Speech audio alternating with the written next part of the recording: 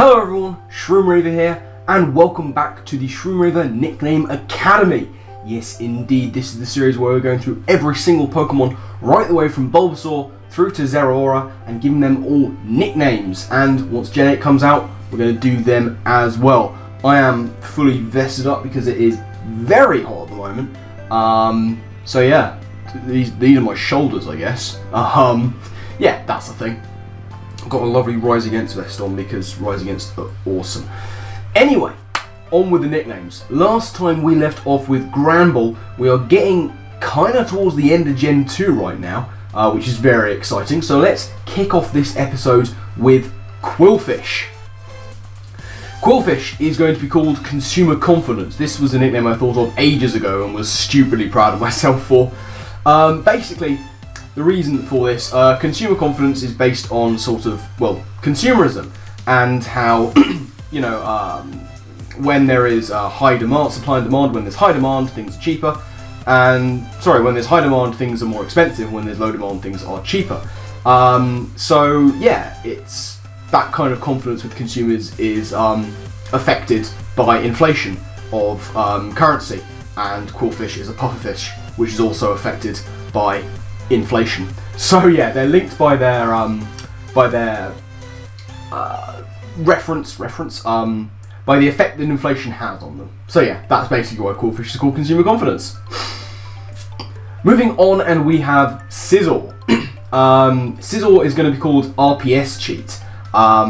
In this instance, RPS stands for the very well-known and famous little game Rock, Paper, Scissors. We all know it.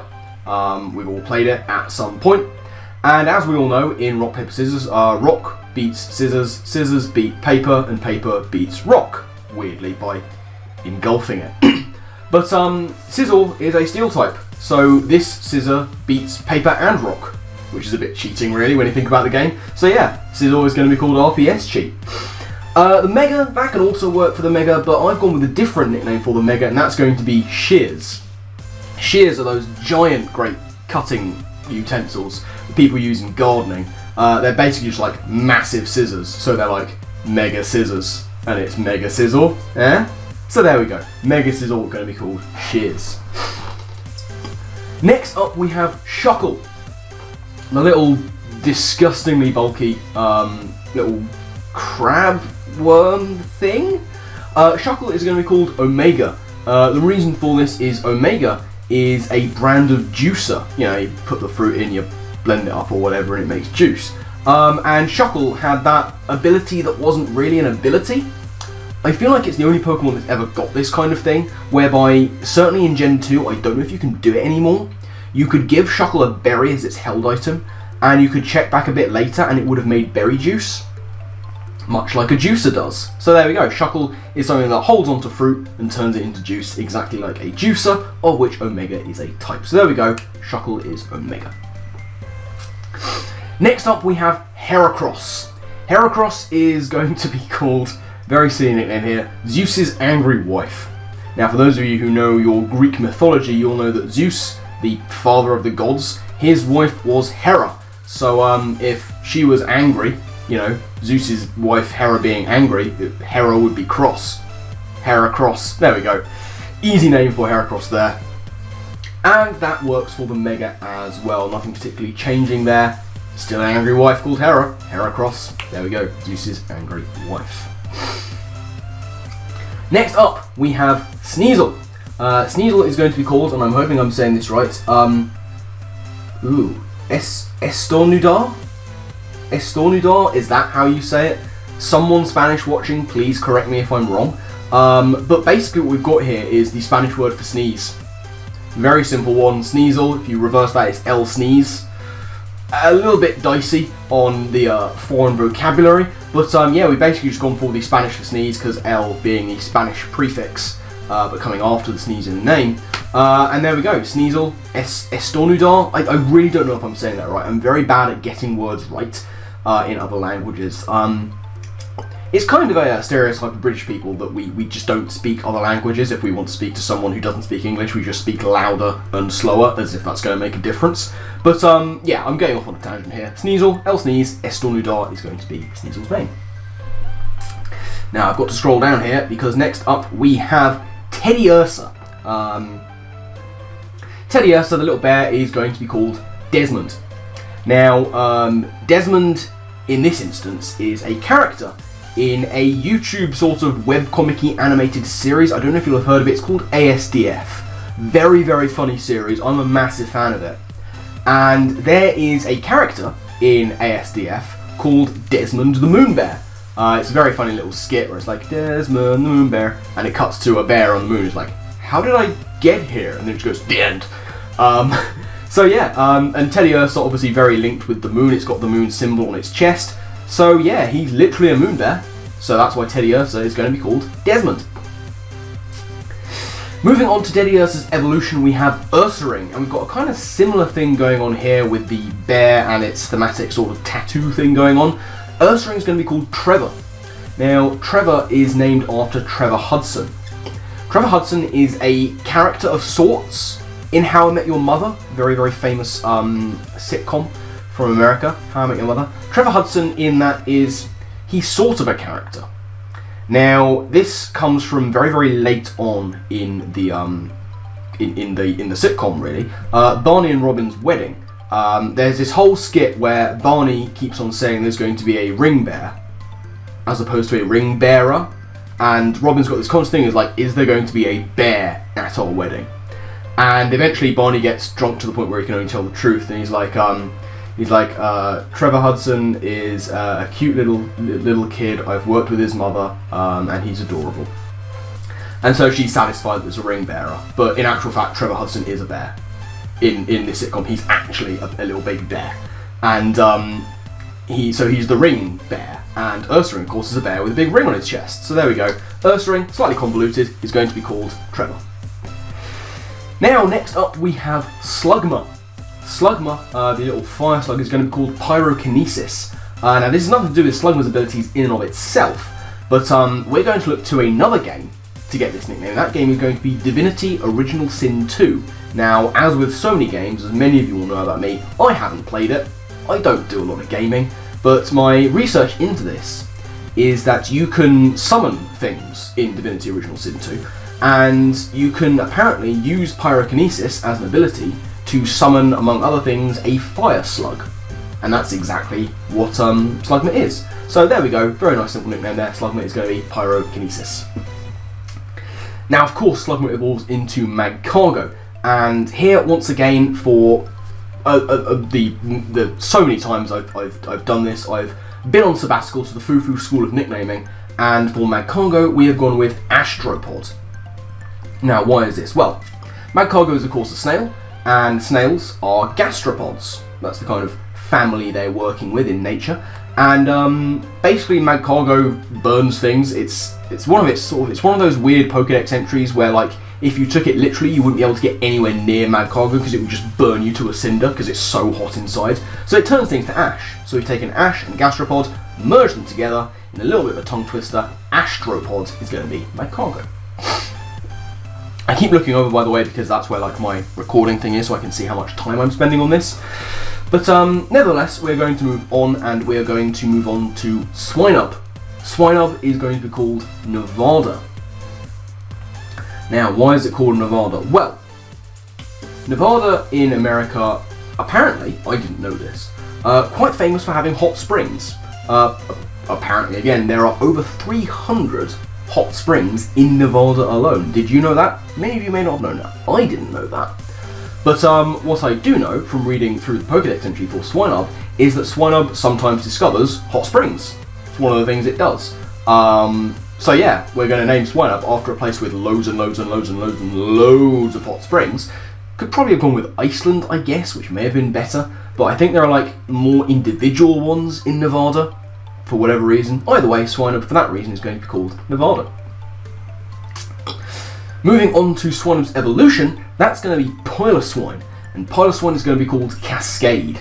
And once again, we're looking to America for this nickname, and we're naming it after the Cascade Mountain Range, which is in Washington State, and it contains, among the many mountains that it contains, a place called Bacon Peak, which is quite a fun name to go with. I like the name Bacon Peak for a mountain, but basically it's a mountain named after bacon, which comes from pigs. So technically, a big mountain of bacon would technically be a pile of swine. Swine being pigs, it's a pile of swine, yeah? So there we go, pile of swine going to be called Cascade. Moving on from pile of swine, next up we have Corsola. And Corsola, this is one of the last Gen 2 names I managed to get for myself, and this is going to be called GVC. The reason for this is named after a company called GVC Holdings. Now, for those of you who don't know what that is, GVC Holdings is a gambling operator, and it encompasses a lot of like gambling and betting outlets and companies, including one of the most famous ones, Coral. Coral betting, very famous, very well used betting company, and Corsola is of course based off of Coral. So there we go, Corsola going to be named GVC after the gambling company that owns Coral. Next up we have Remoraid. Remoraid is going to be called Schwartz. Obviously this is a surname, so we're naming it after someone again, and this one is going to be named after Stefan Schwartz. Again, without my research I wouldn't have known who this is, but Stefan Schwartz is a director, film director, movie director in Hollywood. One of his films that he made is a 1997 romantic comedy called Shooting Fish. Now obviously they're going with the whole shooting fish in a barrel kind of theme, but Corsola is of course that fish that shoots things down. I forget exactly what it's based off. Is it just called a sniper fish? I can't remember. But either way, you know, it's a fish that shoots, it's a shooting fish, which was a film directed by Stefan Schwartz. So there we go, Remoraid is going to be called Schwartz. Remoraid, of course, has one of the most weird evolutions in Pokemon. It was a little bit better, or like made more sense in the beta, because Remoraid was based more off a gun, and its evolution was based more off a tank. Obviously they sort of toned that down for various reasons, but Remoraid of course evolves into Octillery. Now Octillery is going to be called LeBron, and there is a very, very convoluted reason behind this. Sort of after LeBron James, but more named after a shoe that he gave his name to, which is called the LeBron X Miami Knight, if I'm not mistaken. Now how does this relate to Octillery? Well, a lot of research showed me that this shoe is for sale among other places in a store in Illyri, Long Beach. The place is called Illyri, and at the time of looking, and this is where it gets particularly strange and convoluted, these shoes were only available in size 8. 8 being Oct coming, you know, that's what the sort of Latin thing Octo gives its name to the fact of 8 legs, that's what it means, Octo meaning 8. So Oct, Illyri, size 8 shoes in that store, and that's why Octillery is called LeBron. That is one of the most convoluted and strange ones I've ever come up with, I think. And I'm quite proud of it, because it's very, very niche. Much like Octillery itself as a Pokemon. So there we go, it kind of fits. Octillery is going to be called LeBron. So next up we have Delibird. Now, Delibird is going to be called Bernard. Very nice and simple name, and this is going to be named after Bernard Matthews. Now many of you may know Bernard Matthews is that company that sort of mostly sells like processed meats, like poultry in processed form. And there was a big thing not so long ago where a lot of Bernard Matthews turkey had to be recalled because of possibly bird flu, something like that. But they're very famous for their turkey, and turkey slices, you do get them sold at delis among other places. So Bernard Matthews selling turkey, turkey is a bird sold at delis, it's a deli bird. So there we go.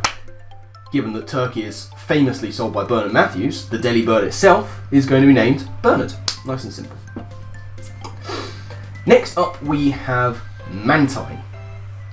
Now Mantine is going to be called Sunlight. The reason for this is very simple, much simpler than a lot of the nicknames we've had this episode. Sunlight comes down to us in rays. You talk about having rays of light coming down, and Mantine's a ray. That's literally it. Sunlight comes in rays, Mantine is a ray, Mantine is going to be called Sunlight. Very simple, very quick, very easy. Next up we have Skarmory. Now Skarmory is going to be called Phoenix, and this is very, very dependent on the spelling. It's spelt F-E-N-I-X, with the F-E being capitalized. Very important to get that right. The reason for this is that a phoenix is fictional or not, a type of, well, definitely fictional, type of bird. But Skarmory is an iron bird, and Fe is, I'm just going to turn on my screen right here. Fe is the chemical symbol for iron. So there we go, Skarmory is an iron bird, so we're going to call it Phoenix with the Fe as the chemical symbol for iron. Very nice there. Next up, we have Houndour. Houndour. I say Houndour, I know some people say Houndour, but I say Houndour. And that's going to be called Andiron? I think it's pronounced Andiron, but I'm not sure.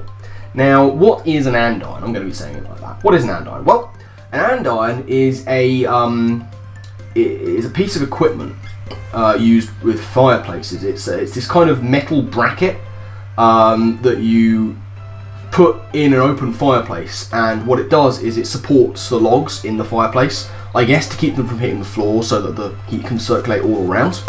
But either way, these things have another name, and that is quite simply called a fire dog. Andirons are also known as fire dogs, and Houndour is, well, it's a fire dog. So there we go, Houndour is going to be called Andiron.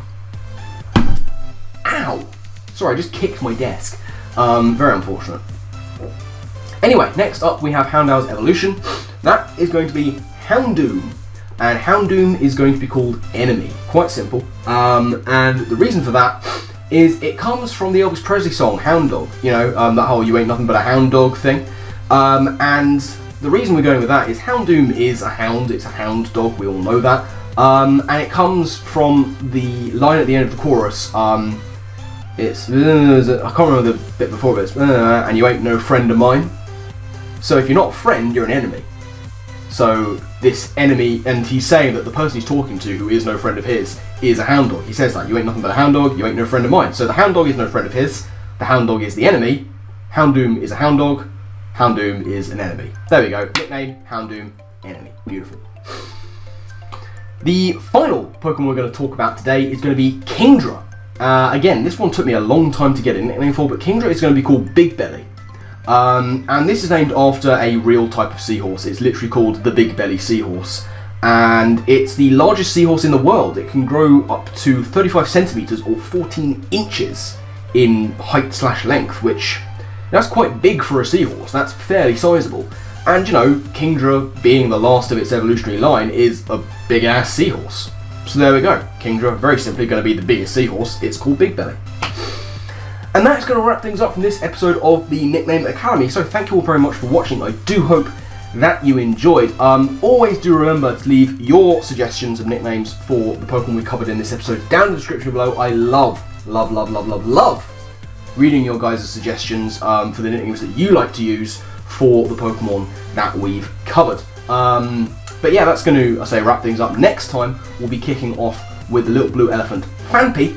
But until that happy time comes around, remember, every Pokemon deserves a nickname, so make sure you give them one. But I'm going to get out of here, so my final thank you to you all for watching. And I guess with that, I'll see you next time. Laters.